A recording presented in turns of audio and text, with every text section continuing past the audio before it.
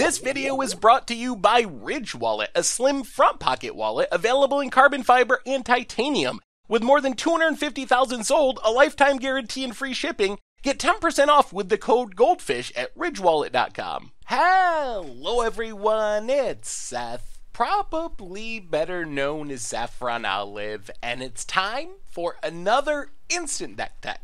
So as you know, Tuesday means it's Type 2 or Standard Tuesday here in Instant Deck Tech land, and we have a super spicy combo list to check out today. This is an infinite combo list in Standard. Powerstone Assembler combo comes to us from Mishina Ryota, who took it to a top 8 finish in a small Japanese tournament, so congrats to Ryota on a really cool deck. A quick reminder before we break down Powerstone Assembler combo for Dominaria Standard.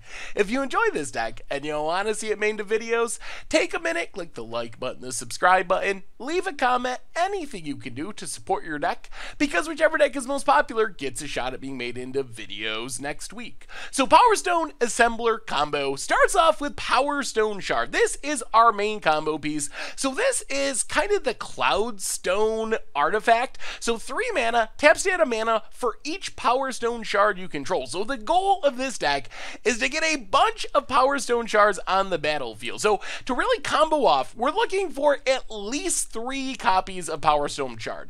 That gets us to the point where each one is tapping for 3 mana. If we combine that with some amount of lands on the battlefield, or get up to even more Powerstone Shards, that's where things can go really crazy with the help of Cogwork Assembler. That's our second combo piece. So Cogwork Assembler probably doesn't jump off the page as an obvious constructed playable, but in this deck it goes infinite if we make enough mana. So the idea is we use Cogworker Assembler, a 3 mana 2/3 that can pay 7 to create a token that's a copy of an artifact with haste, and we use that to copy Powerstone Shard.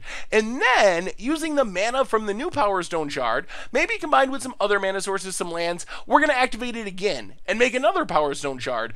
Once we get up past 7 copies of Powerstone Shard on the battlefield, we have the ability to make copies of Powerstone Shard and start making extra mana. So we, let's say, pay 7 mana, make a Powerstone Shard, it taps for 8 mana because we have so many Powerstone Shards on the battlefield, then we spend 7 of that mana to make another one, it's tapping for 9 mana, so then there's 2 mana left over, then 10 mana, so 3 mana left over. Once we make all of these Powerstone Shards and just keep tapping and making mana and making mana and making mana, eventually we're gonna have like 1,000 mana floating, and then we can just use Cogwork Assembler to copy itself a bunch of times and make an infinite number of hasty 2/3 Cogwork Assemblers, get in, attack our opponent, finish off the game. So as far as the actual math on this, we definitely need 3 Powerstone Shards at a minimum. 3 means they tap for 3. If we also have a Cogworker Assembler, we could potentially like tap all of our Powerstone Shards to make 1, and then using our lands make another one. So really 5 lands, I believe, plus 3 Powerstone Shards untapped will let us go off, which means we don't necessarily have to wait until the late game to actually pull off the combo. As I said, the end result is just infinite number of Cogwork Assemblers to kill our opponent.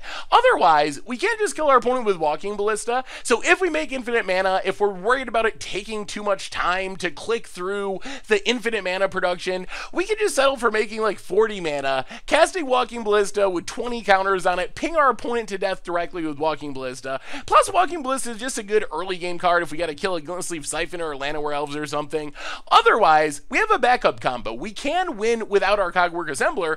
We can't just play Paradox Engine, use our Powerstone Shards, do a bunch of tapping and untapping to not make infinite mana, but as we're casting stuff, make a bunch of mana, and then use that mana to cast a huge Walking Ballista and win that way. We also have a bunch of ways to find and make our Powerstone Shards. So obviously we need minimum of 3 of them on the battlefield for our deck to work. Really 4 of them, it gets a lot easier. 5 of them, even better. So along with actual Powerstone Shard, we have Mirage Mirror, which just becomes a copy of Powerstone Shard for just 2 mana. So if they're tapping for, let's say, 4 mana, because we already have a bunch on the battlefield, we're actually netting mana by paying 2 to turn Mirage Mirror into another Powerstone Shard.